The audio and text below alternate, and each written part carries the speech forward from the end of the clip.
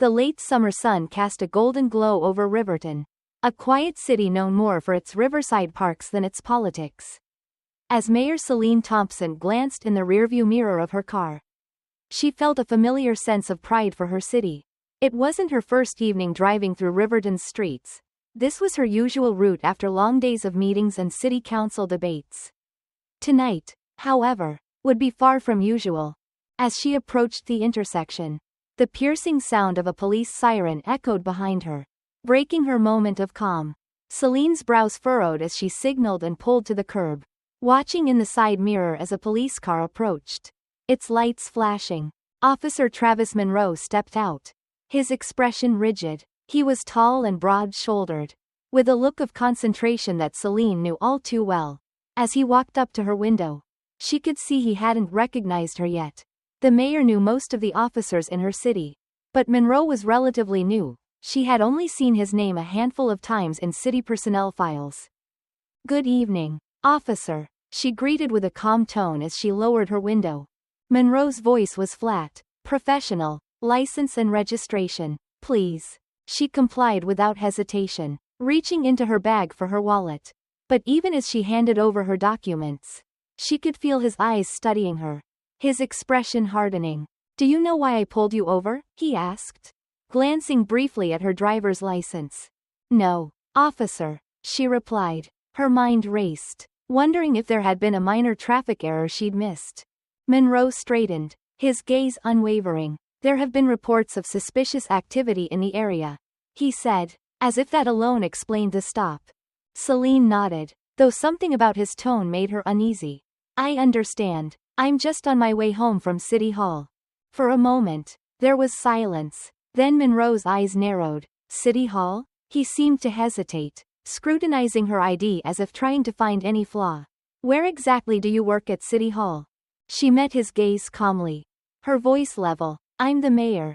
A beat of silence passed as his expression faltered, surprise flickering in his eyes. But instead of backing down, Monroe's stance grew defensive, as if he'd been challenged. "Step out of the vehicle, ma'am," he said, his voice tightening. Celine's heart quickened, but she remained composed. "Officer, is there a specific reason I need to get out of the car?" He leaned closer, his tone turning steely. "I'm asking you to step out of the vehicle. Now." With a steady breath, she opened her door and stepped onto the sidewalk, her heels clicking against the pavement. She could see a few bystanders gathering at a distance, whispering as they watched the scene unfold. "Place your hands on the hood of the car," Monroe ordered. Celine looked at him, her voice quiet but firm. "Officer Monroe, you may not realize it, but I am indeed the mayor of Riverton. I'm happy to answer any questions you have." Monroe's jaw clenched, a spark of defiance in his eyes. "Just follow the instructions, ma'am," he replied tersely. Reluctantly, she placed her hands on the hood of her car, feeling the cool metal beneath her palms. Anger simmered beneath her calm exterior, not just for herself but for every resident who had felt powerless in situations like these. As she stood there, the weight of the moment settled on her shoulders. In that instant, she knew this was more than a traffic stop. It was a test of her resolve, of her commitment to fighting the injustice she had sworn to address. And though she didn't yet know how, she felt certain of one thing. This moment would mark the beginning of something bigger than herself. Something that would reach beyond her title, beyond Riverton, to something greater than she could yet imagine. Monroe's radio crackled, snapping him briefly from his intense focus on her. He reached to silence it, but Celine caught a glimpse of uncertainty in his eyes. She knew this type of officer, a man who wore his authority like armor, who preferred dominance to dialogue. Monroe wasn't here for an explanation, he was here to assert control. As he began to pat her down, his touch brusque, Celine clenched her jaw. She was no stranger to navigating tense confrontations. But tonight felt different. There was a helplessness in being treated as just another suspect rather than as the mayor who had worked tirelessly for this community. This was more than a misunderstanding, this was an abuse of power. One that countless residents had quietly told her about in her office but now experienced firsthand. When he finally stopped, she straightened and turned to face him. "Officer Monroe," she began, keeping her voice steady, I expect that you've confirmed my identity by now. I trust you're ready to de-escalate this situation. But Monroe's face remained unreadable. He didn't seem inclined to apologize or step back. Instead, he opened his notepad and began scribbling something down. Suspicious behavior, he muttered, more to himself than to her. Driving in a restricted area at night without apparent reason. Celine took a slow, calming breath, carefully considering her words. I told you I was coming from City Hall. I was working late, which is common in my position. As you're surely aware. He looked up, pen hovering above the page. And I'm here to make sure that's the case. Mayor, he replied, almost spitting out her title. As if it were a bitter taste. Celine took a small step forward. Officer, I don't know what you think you're protecting by treating me like this. My record is public. My office well known. Do you think a public figure, the mayor, is here at this hour to cause trouble in her own city? The quiet hum of murmuring voices behind them grew louder.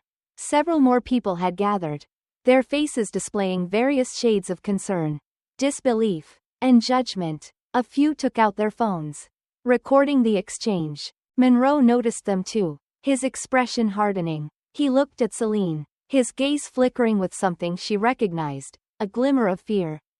Or perhaps embarrassment. But instead of backing down, he straightened, his resolve only strengthening. I'm simply doing my job. Mayor Thompson, he said with cold finality.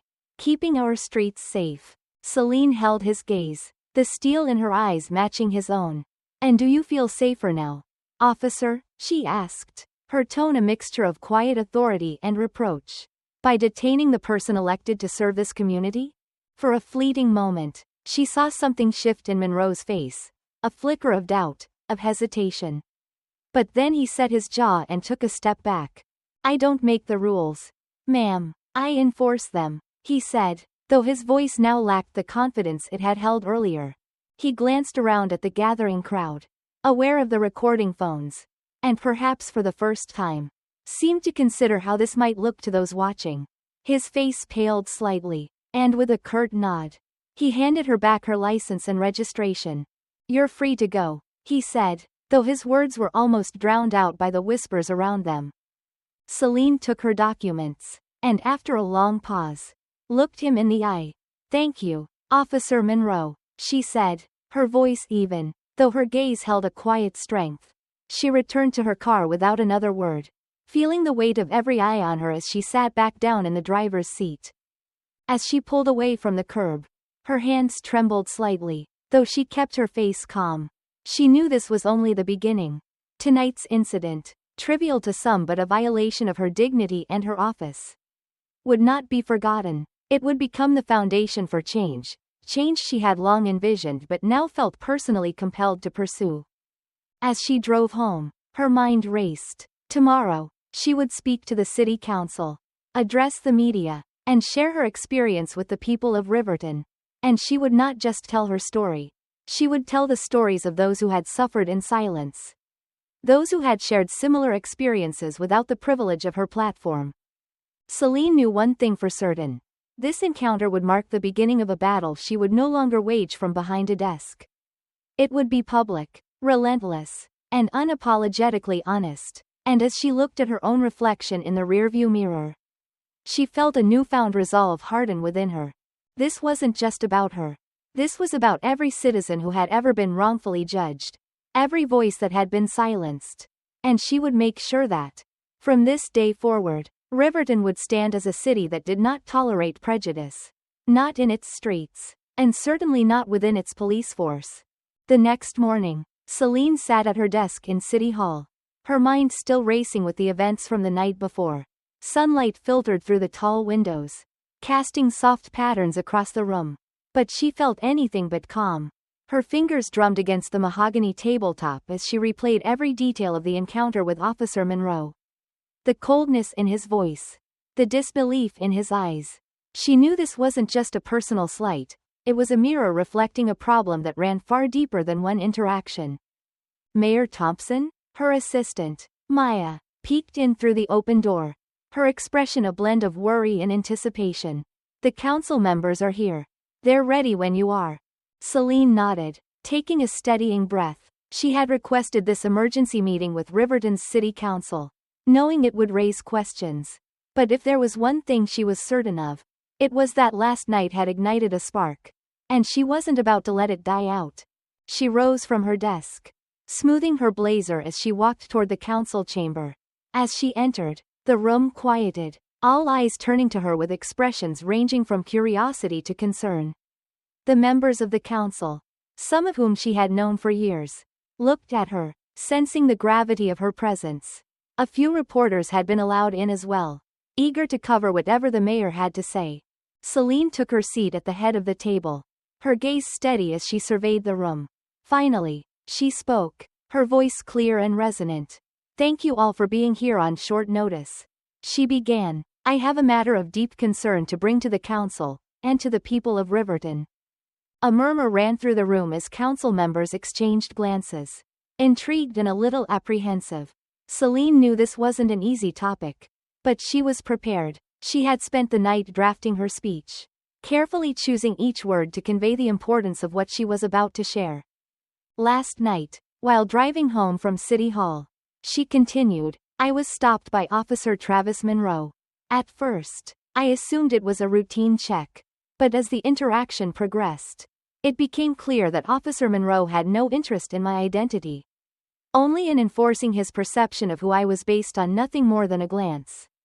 He chose not to believe me when I explained my role, even when I informed him that I was the mayor of this city." The council members listened in stunned silence, eyes wide with disbelief. Some looked down, shifting uncomfortably, while others nodded, visibly affected by her words. "Now, I have been told countless times by residents, by friends, neighbors, and even my own staff, that there are people in this city who have experienced discrimination. People who have been judged not by their actions but by their appearances. I've heard these stories, I've empathized, and I've promised change. But last night, I faced this issue personally. I saw, firsthand, how deeply rooted this problem is." She paused, her voice softening. "I won't pretend that what I experienced was the worst of it. In fact, I know it wasn't. I was able to walk away with my dignity, my job, and my voice intact. But many others in this city have faced worse, without the ability to speak." A hand shot up from the side of the room.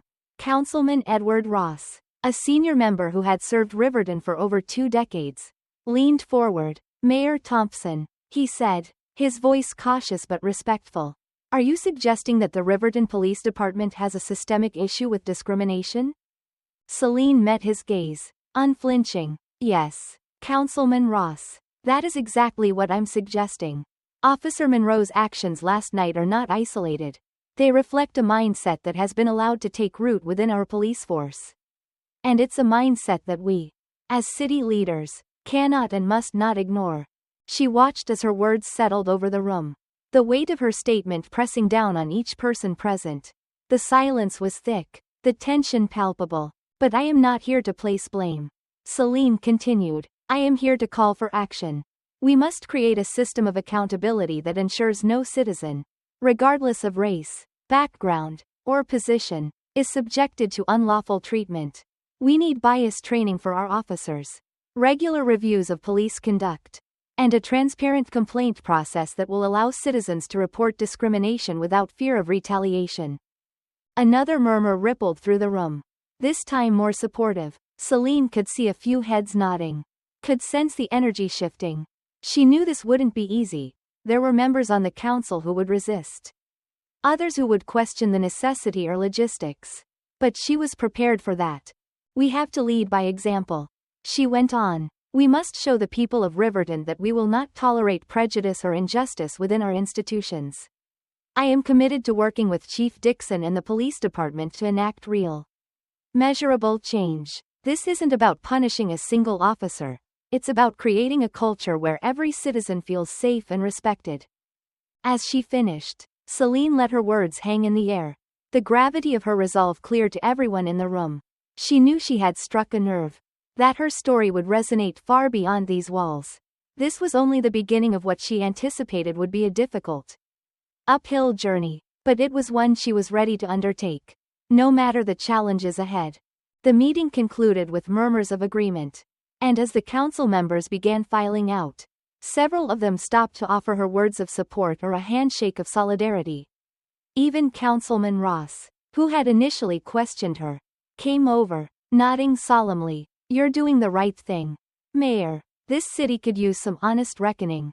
Celine gave him a firm handshake, grateful for his unexpected support.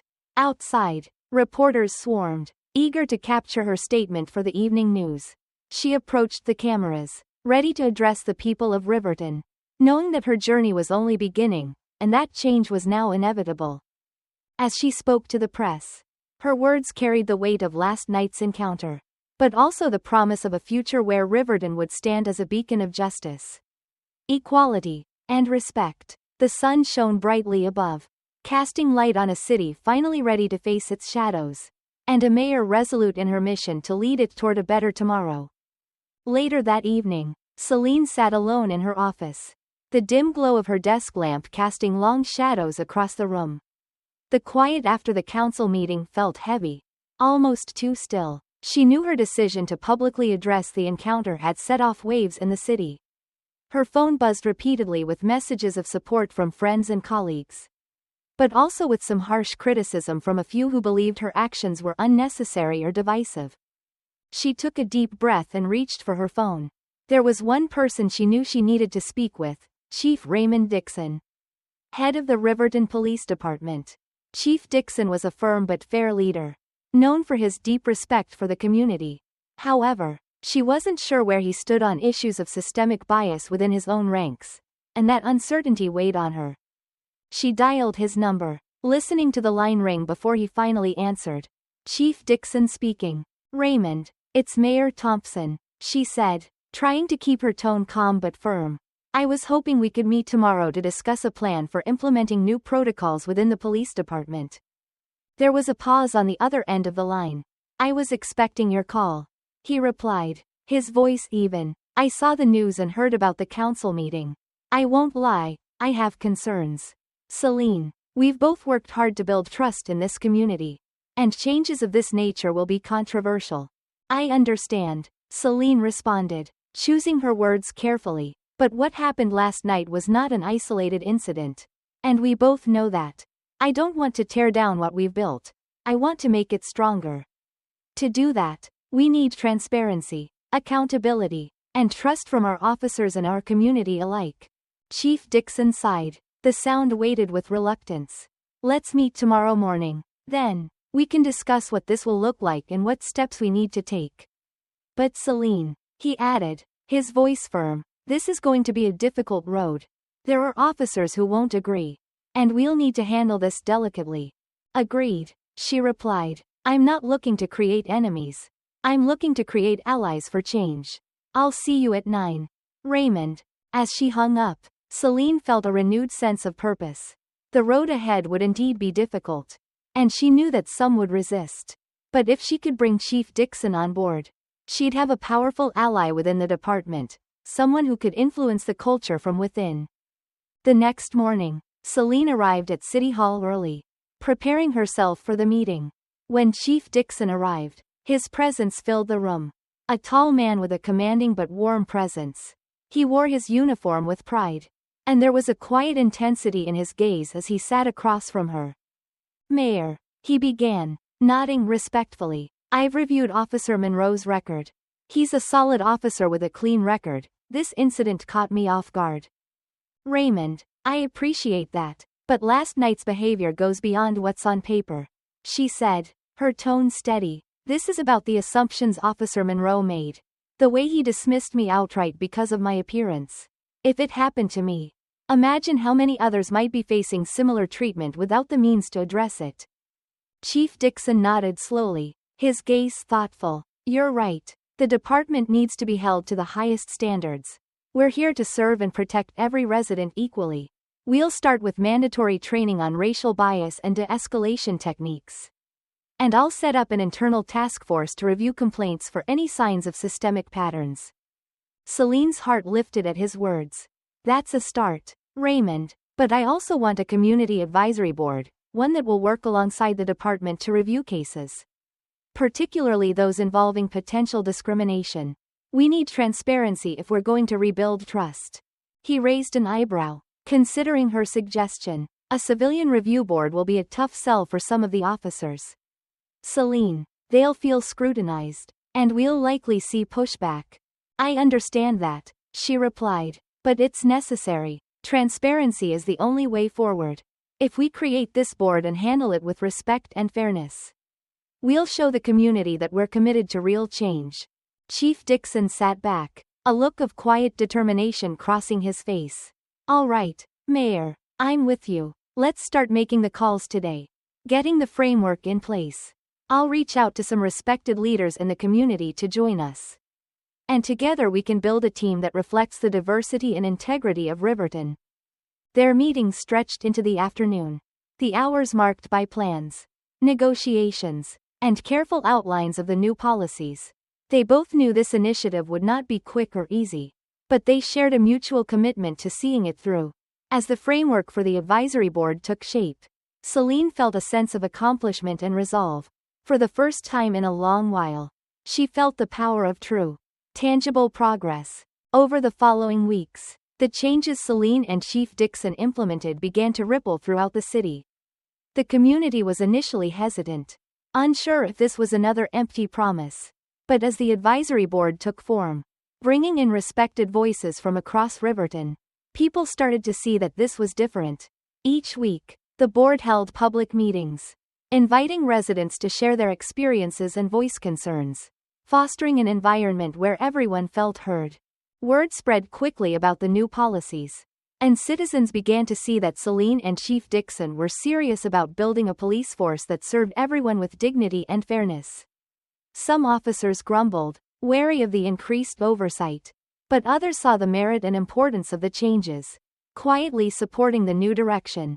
Officer Monroe was reassigned to a desk position temporarily, pending further training, while other officers took part in workshops focused on bias and community relations.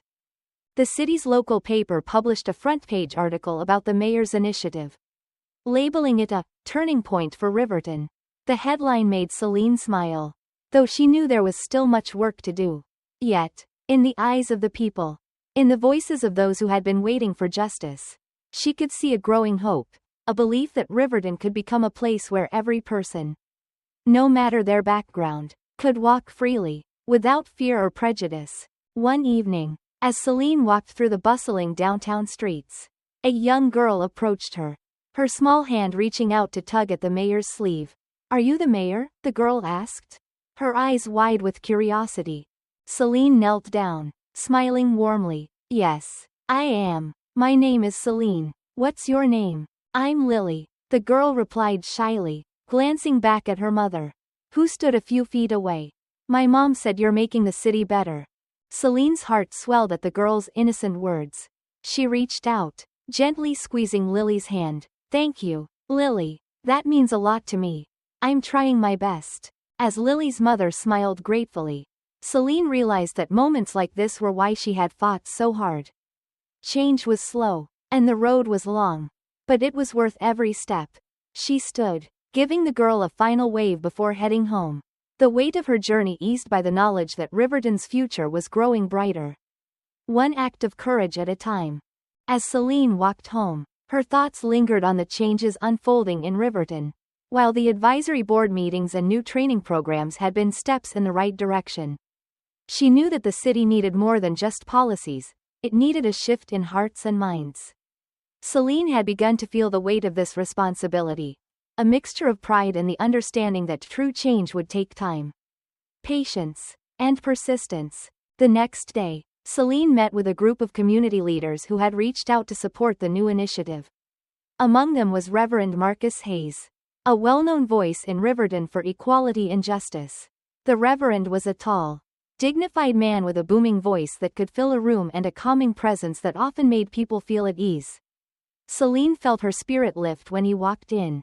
Mayor Thompson, Reverend Hayes greeted her, shaking her hand firmly. You've set a powerful example for this city. I believe Riverton is ready for the change you're bringing. Thank you, Reverend Hayes, Celine replied warmly. But we both know it will take more than just laws and policies. I need the community's support. Their voices. And their stories if we're going to make this lasting. Reverend Hayes nodded. That's why we're here. We've arranged a town hall meeting next week. The people need to see the faces behind this initiative.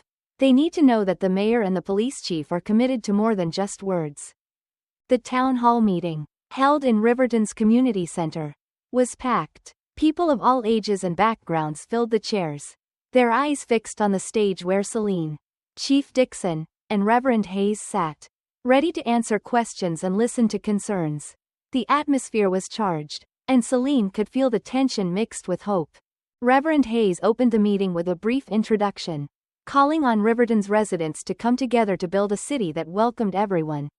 When Celine took the microphone, she paused, looking around the room at the faces of people who had faced discrimination, people who had felt unseen, and people who wanted a city they could be proud of. I know many of you have waited a long time for justice. She began, her voice steady but passionate. I know that there are stories here tonight that reflect experiences of pain and prejudice. But I am here to listen, to acknowledge the ways we've fallen short, and to build a city that truly respects every one of you. One by one, residents came forward to share their stories. An elderly black man recounted an experience decades ago when he was wrongly accused of shoplifting. The shame and injustice still lingering. A young woman spoke of her brother's struggle with being racially profiled while simply walking home from work. Each story added weight to the need for change, reminding Celine and Chief Dixon of the importance of their mission. When it was Chief Dixon's turn to speak, he cleared his throat, visibly moved by the testimonies he'd heard. As your police chief, I am committed to making sure that our officers serve with honor and respect. He said, we are implementing changes within the department, including training programs and oversight measures. But I want you to know that it's not just about what we do on paper. It's about building trust, listening, and holding ourselves accountable. At the end of the meeting, the crowd erupted in applause, not just for the mayor and police chief but for the courage of those who had spoken up. Celine felt a surge of optimism. Riverton had taken its first steps on a journey of transformation. And while the road was still long, it was moments like this that kept her hopeful. In the days that followed, the town hall meeting became a turning point for Riverton. The community's trust in Celine and Chief Dixon grew stronger. And even some of the initially skeptical officers began to show signs of openness to the changes. Stories from the meeting spread across social media, and soon neighboring towns started looking to Riverton as a model for justice reform. One evening, as Celine was wrapping up at City Hall, she received a message from a young woman named Maya, a community activist who had attended the town hall. Maya's message was heartfelt, expressing gratitude for Celine's efforts and offering to volunteer with the advisory board. She shared that her own father had been the victim of racial profiling, and her passion for justice was deeply personal. Celine replied, setting up a meeting with Maya. When they finally met, Maya brought a fresh energy and enthusiasm to the team. Together, they discussed ideas to engage younger residents and bring more voices to the table. Celine could see that Maya had the drive and commitment to make a real impact. And the two quickly became allies in their shared mission. With Maya's help, the city launched a community mentorship program aimed at bridging gaps between young people and the police force. Officers and residents volunteered to participate, meeting for dialogues, workshops, and even shared events like community picnics and charity drives. Slowly, but surely, a culture of understanding began to form. As weeks turned into months, Riverton's transformation became more evident. People felt safer, more respected, and a stronger sense of belonging. Celine watched with pride as her city began to reflect the inclusive vision she had dreamed of. One evening, Celine received an unexpected visit from Officer Monroe. He seemed nervous but determined. Standing at her office door with a slight hesitation, she motioned for him to come in. Mayor Thompson, he began, his voice quiet but sincere.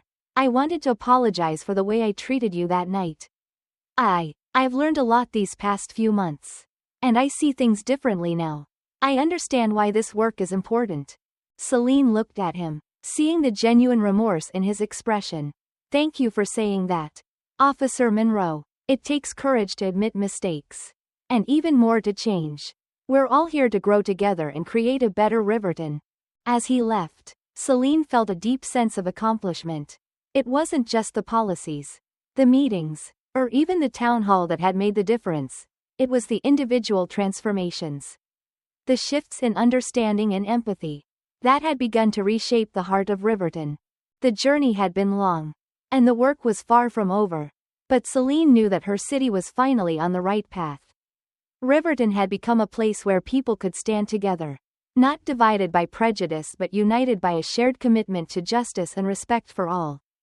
Months passed, and Riverton continued to evolve. The progress was palpable, more people attended community meetings, and the once tense relationship between the police and residents was slowly but steadily mending. Celine could see it in the way neighbors now greeted one another on the streets. The way young people talked about their future with a renewed sense of optimism. It wasn't perfect, but Riverton was changing, and that change was lasting. One crisp autumn evening, Celine was attending a charity event at the local community center when a familiar face caught her eye. Officer Monroe stood across the room, chatting with a group of residents, laughing as he handed out raffle tickets. There was a new energy about him, one that reflected the transformation he'd undergone, no longer just an officer, but a symbol of personal growth and accountability. He saw Celine and smiled, a genuine warmth in his expression. "Mayor Thompson," he said as he approached her. "It's amazing to see how far we've come." Celine nodded, her heart swelling with pride. "We've come a long way. But there's still more work to do. We need to make sure that these changes don't just become part of the conversation but are lived every day. It's about building trust, continuing the work of reconciliation, and staying committed to the long haul." "I know," Monroe agreed. "I've been speaking to a few officers about the new mentorship program. And there's a lot of support. We're seeing real differences in how we connect with the community." They shared a brief, reflective silence. The once polarized town was now united in ways they had only dreamed of. Later that evening, Celine found herself standing in front of the podium, ready to give a speech to the gathered crowd. As she addressed the attendees, she felt a quiet but powerful sense of gratitude wash over her. There was so much to be thankful for, the hard work of everyone involved, the countless stories of healing and forgiveness, and the resilience of a community that had come together to make change happen. "Riverton," she began, her voice strong yet emotional, "is not just a city. It is a community that has shown the world that change is possible. That progress isn't just a goal, but a daily effort, and it starts with each of us. Every act of kindness, every conversation, every small step toward understanding matters." The crowd erupted into applause. But Celine could feel that the applause wasn't just for her. It was for everyone who had been part of the journey, the ones who spoke out, the ones who listened, and the ones who chose to change. As she finished her speech, Celine glanced out at the faces of the people in the crowd. From the youngest child to the oldest elder, they were united in a shared vision, a Riverton where everyone was treated with dignity, where justice wasn't just a promise but a reality. The days that followed were filled with more town halls, community outreach programs, and moments of reconciliation. Celine continued her work alongside Chief Dixon and Reverend Hayes. But they were no longer just leaders, they were a symbol of the city's transformation. A year later, Riverton held a celebration in honor of the strides they had made. The town square was filled with music, food, and families. Celine, standing by the stage, looked out at the sea of faces, different races, different backgrounds, but all coming together to celebrate the progress they had made. Officer Monroe was there too. This time not in uniform but in a simple t-shirt and jeans. Mingling with the crowd, he smiled at Celine as she approached him. "We've done it," he said quietly, almost in disbelief. Celine chuckled softly. "We're just getting started," she replied, a smile tugging at her lips. "But we've built something solid. And that's what counts." As the sun set over Riverton, casting a golden glow over the town square, Celine felt a deep sense of fulfillment. The road ahead was still long, but they had created a foundation based on unity, respect, and understanding. Riverton was no longer a place divided by old prejudices. It was a community ready to face the future together. In that moment, Celine knew that they had not only changed Riverton, they had started a movement that could inspire the world. And though the challenges of fighting discrimination and injustice were far from over, Celine had learned one important truth, that change, real and lasting change, began with each of them. And it could only grow stronger with time. Riverton was proof that together, they could build a better world.